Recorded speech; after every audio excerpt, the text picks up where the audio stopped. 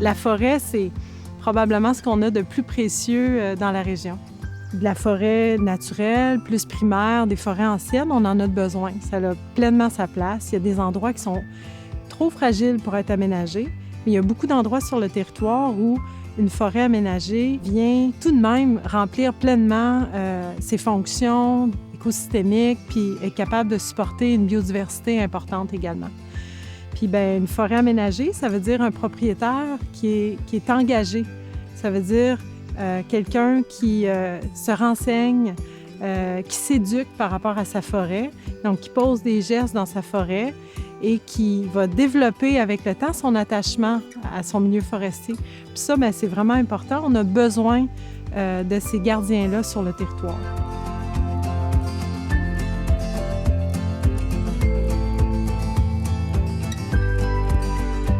J'aime l'odeur,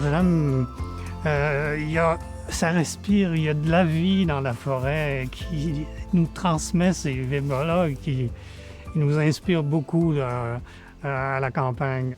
On a l'impression que d'abattre un arbre ou de profiter d'un arbre mort, prélever du bois, c'est quelque chose de négatif, d'anti-écologiste, alors qu'en fait, quand on comprend la forêt puis qu'on l'accompagne, on l'utilise avec respect, bien, c'est tout à fait naturel, logique. C'est qu'on ne viendra jamais à bout de la forêt. Elle aura toujours le dessus sur nous, de sorte que si on veut lui donner une beauté, il faut effectivement avoir un programme d'entretien, de coupe, de réaménagement, etc. Et quand il y a des arbres qui, par malheur, qui atteignent leur maturité ou non, tombent, bien, on sait pertinemment que c'est un roulement, que les autres autour vont continuer à pousser. Un arbre peut venir faire justement un couvert forestier important qui amène beaucoup d'ombre au sol.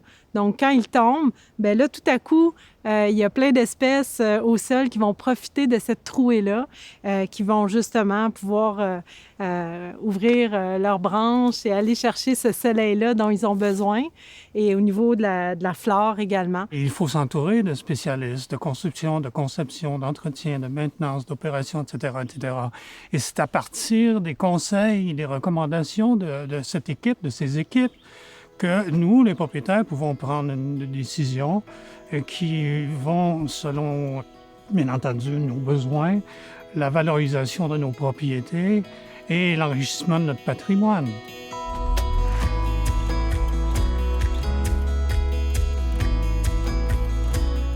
Un plan d'aménagement forestier, dans le fond, c'est un document de planification pour un propriétaire qui possède une forêt. C'est un document qui est quand même une valeur, oui, pour le propriétaire, mais une valeur aussi au niveau des programmes. Parce que le propriétaire, quand il détient un plan d'aménagement forestier, c'est possible pour lui d'obtenir de l'aide financière par l'État pour faire des travaux d'aménagement.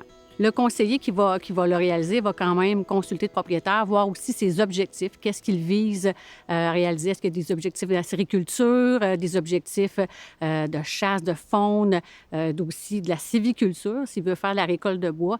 À ce moment-là, c'est tout ça qui est pris en compte dans son plan d'aménagement. Quand on veut faire de l'aménagement, on va chercher à créer des ouvertures pour favoriser la régénération naturelle. Donc, ce qu'on va faire, c'est des coupes de jardinage qu'on appelle. On va travailler avec un ingénieur forestier qui va préparer une prescription. Cette prescription-là va décrire, dans le fond, le peuplement plus en détail, comparativement à un plan d'aménagement où on va y aller de façon un peu plus superficielle, comme on pourrait dire. La prescription, on va aller un petit peu plus dans le détail. C'est-à-dire qu'on va mesurer les tiges, on va faire un inventaire, on va mesurer le diamètre, on va regarder la hauteur, la qualité aussi, s'il y a des arbres malades, s'il y a des arbres qui présentent certains problèmes au niveau de la structure. Il y a soit un ingénieur forestier ou un technicien forestier qui va venir sur le terrain marquer ces arbres-là, qui vont être, dans le fond, à récolter.